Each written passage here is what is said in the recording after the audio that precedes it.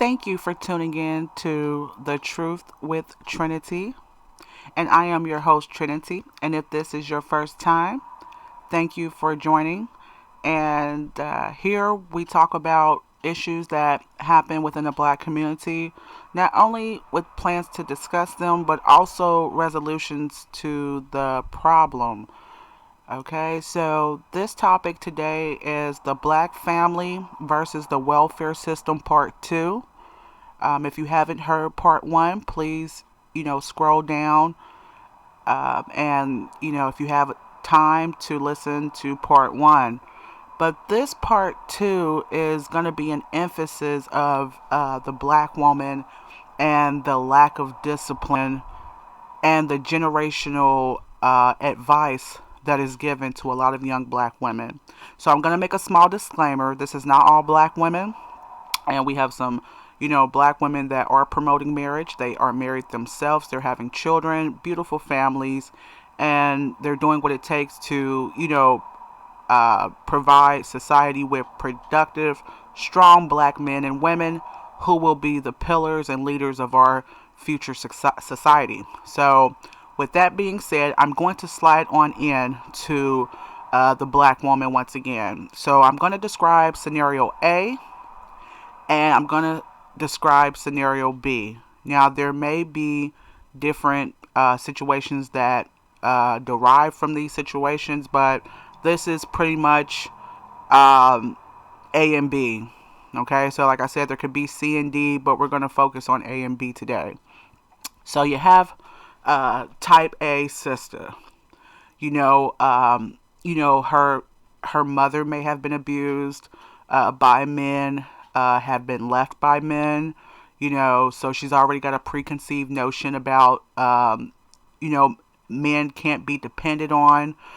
So she's she's hurt, she's upset, she's tired from having to work all those years. She has a daughter that's, teenage years and even younger up until young adulthood. So she spreads the word to her daughter, that you can't depend on a man. And, the slogan, you play them how they play us. So if he has multiple women, you have multiple men. Don't be vulnerable to a man. If you have a baby by a man, and he leaves you, you find another man to replace him, and you have more children just to upset him because your child's father might have had other children by other women. So, this is the culture, especially in 2020, that's really been set up. You've got a lot of young black women, that have been taught, like I said, from their older women, relative or non-relative, just advice, that's being passed down to young black women to, to have men have more than one man. If he has more than one woman, then you compete with him, and you have more than one man. If you get pregnant, he leaves you with a child. You jump right back out there. You find you a new man along with your child, and, you have another baby, just to let your, child's father know that you can move on and that you're desirable to other men. Okay. But what these older generational women fail to tell these young black women is the damage and the degradation of further damage to your life. Okay. As a young black woman. Okay. It's just very much so damage. Okay. To continue to have children. Okay. Without a father being there and that one man that you had children by. It looks bad in society. Okay. When you have multiple children by different men. And there's nothing wrong with having 4, 5, 6, or 8 children. Okay. But they really need to be with the same man. Okay. They really need to be with the same man. And then another thing that's happening, and I didn't know this until my, late 30s, that,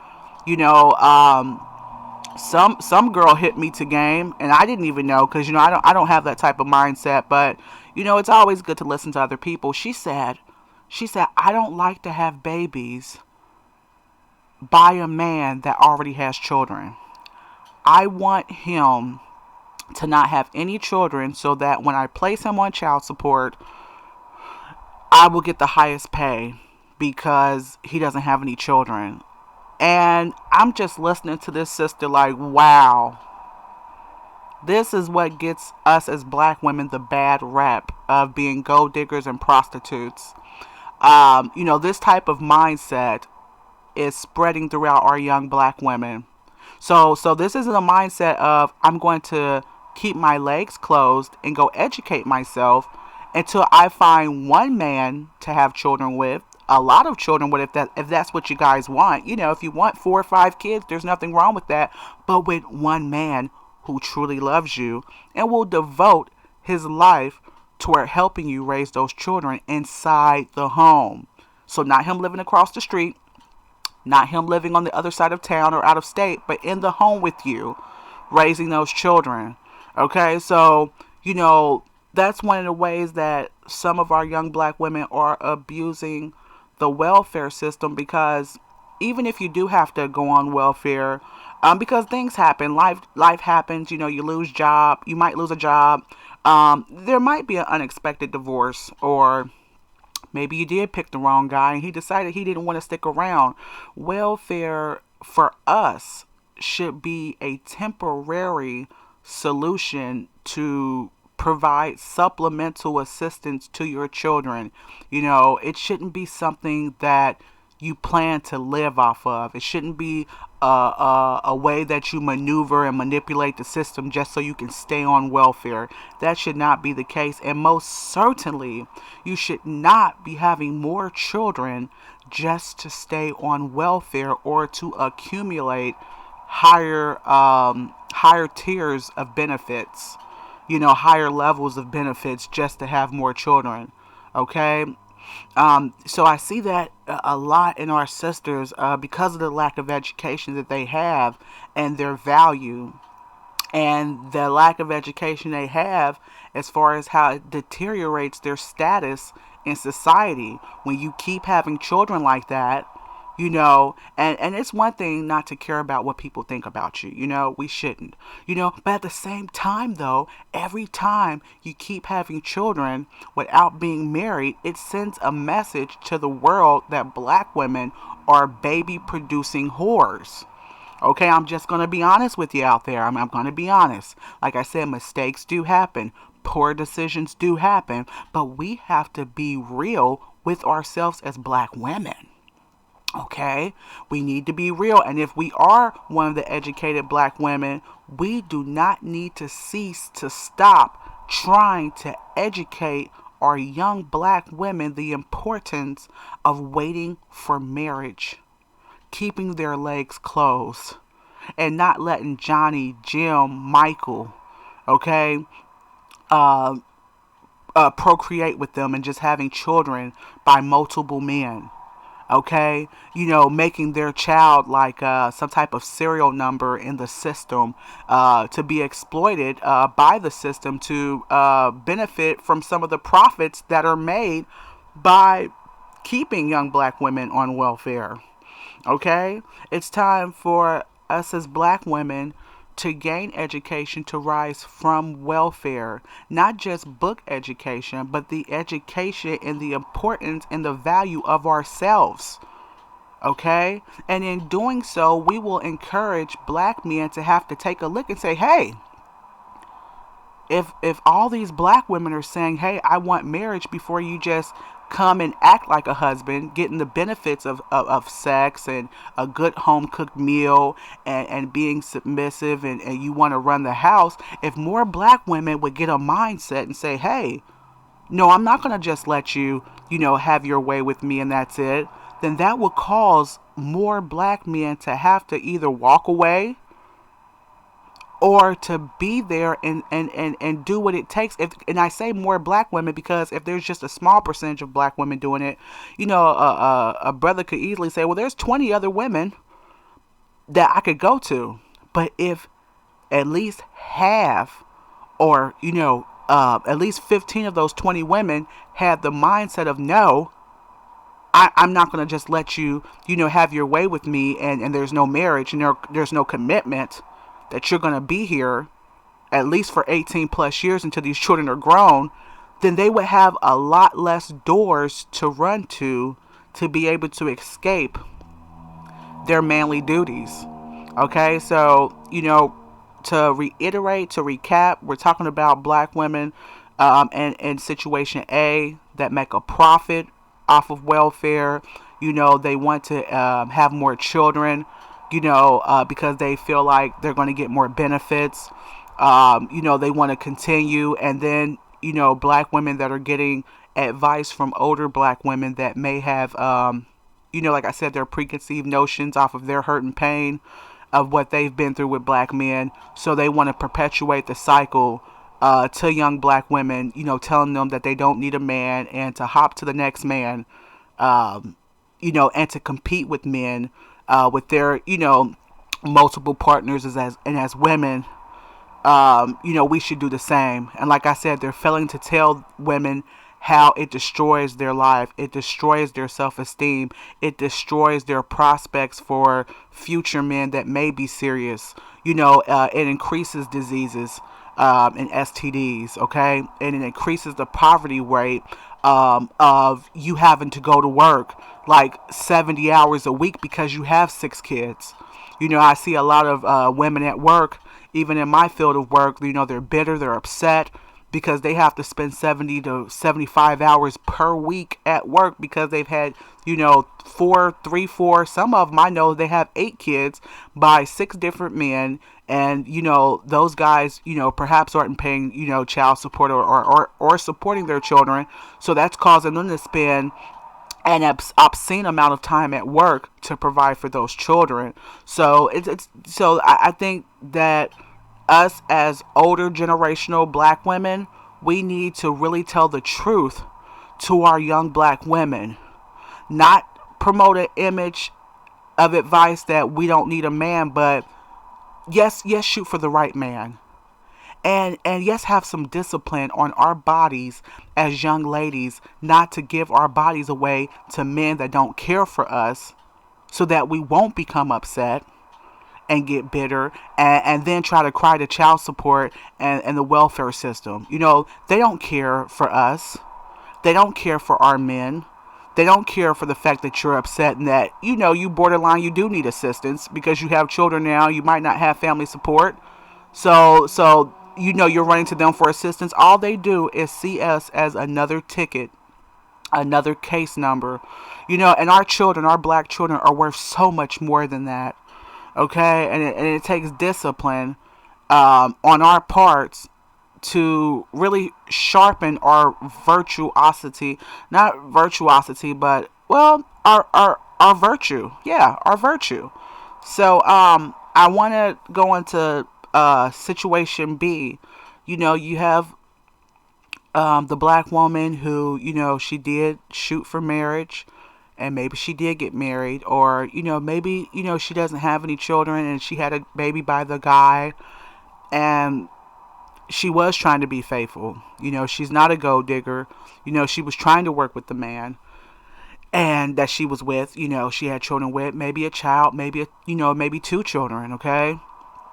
And he decides to leave off and skip off with the next woman, and she's stuck. She may not have family support, as far as her family, her mother's side, her father's side, they may not be supportive at all. And, she has these 2 children, and, or 1 or 2, or however many children she has. And so, the children are going hungry. She's having a hard time going to work.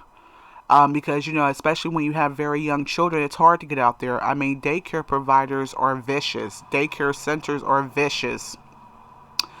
And, she's having a hard time getting to work.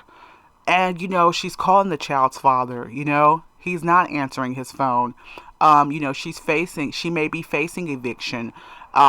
She may be going to the soup kitchen, and, she might get tired of that.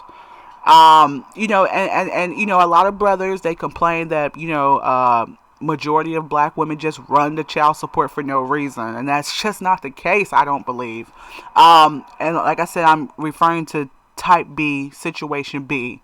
So she gets tired of that, and yes, a woman's money should go toward her children, of course, but having children, you can't do it alone. So she goes to place him on child support. And yes, that does help exploit the black man, but the black man helped himself be exploited by shirking his duties as a man. If you're not going to stay in the household, which is 100% fatherly duty, and the protection of the man being in the household, at least the 50% package deal. I call it the 50% package deal, to where you're out of the home, you have your other life, but at least you're, helping the children. You're at least there every other weekend or whatever the case is, and you're financially supporting the children as well. Okay, so those are the two situations right there. And I don't think a lot of guys understand, like I said, unless they're in the house every day.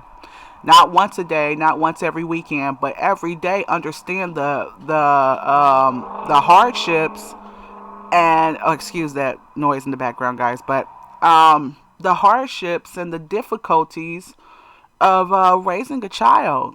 They complain about a woman putting them on child support. I just beg to differ that every woman, puts a man on child support is on welfare. Just because she wants to be bitter, and to wrap this up though, as black women, we have to do better in our selection on men, even if we have to be alone, okay, and maybe, not be first pick for sex, okay, because that's not what we want anyway, right? We need to be shooting for marriage. Okay? And we have to put in our head that just because you're being passed up for sex does not decrease your beauty or value in being a woman. And I had to overcome that myself. Okay? And we need to teach our daughters by example. If you have a child and things didn't work out, you don't need to have any more children. I'm going to be honest with you. You don't need to have any more children if you do not produce a marriage. Because, you should have learned by your first experience. Okay? Now, if the father of the child goes out to have babies with other women, do not try to compete with him and have other kids. Because it's not hurting his feelings like that.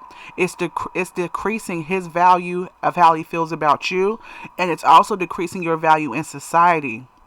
It also perpetuates the cycle of sending a message to your daughter that, hey, I can just keep having babies like I'm on a breeding farm.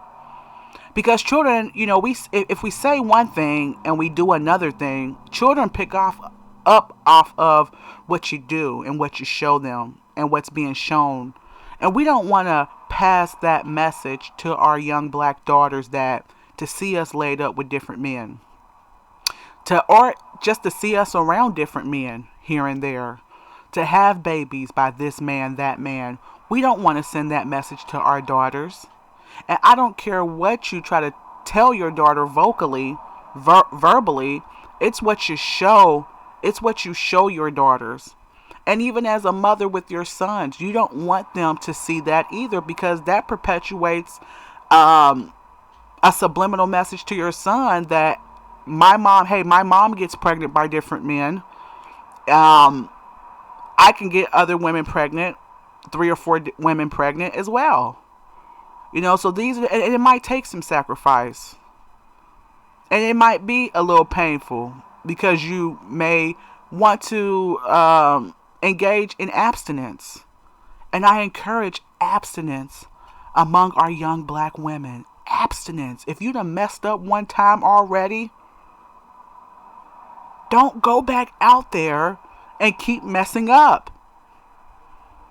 If you want your children to be safe, if you want them not to have a high incidence of crime and going back and forth to jail and prostitution, you might have to make some sacrifices that you feel are unfair. But you gotta look at more than just yourself in the equation. Yes, you may feel, excuse me, you may feel that it's unfair that the child's father gets to go off with his life and that you have to stay put, but that's your duty as a woman. And that's the price that we pay for being mothers at times, especially single ones. You may have to be without a man and physical contact just so that your children can have a better image in their mind and to keep their innocence intact. And it keeps you focused.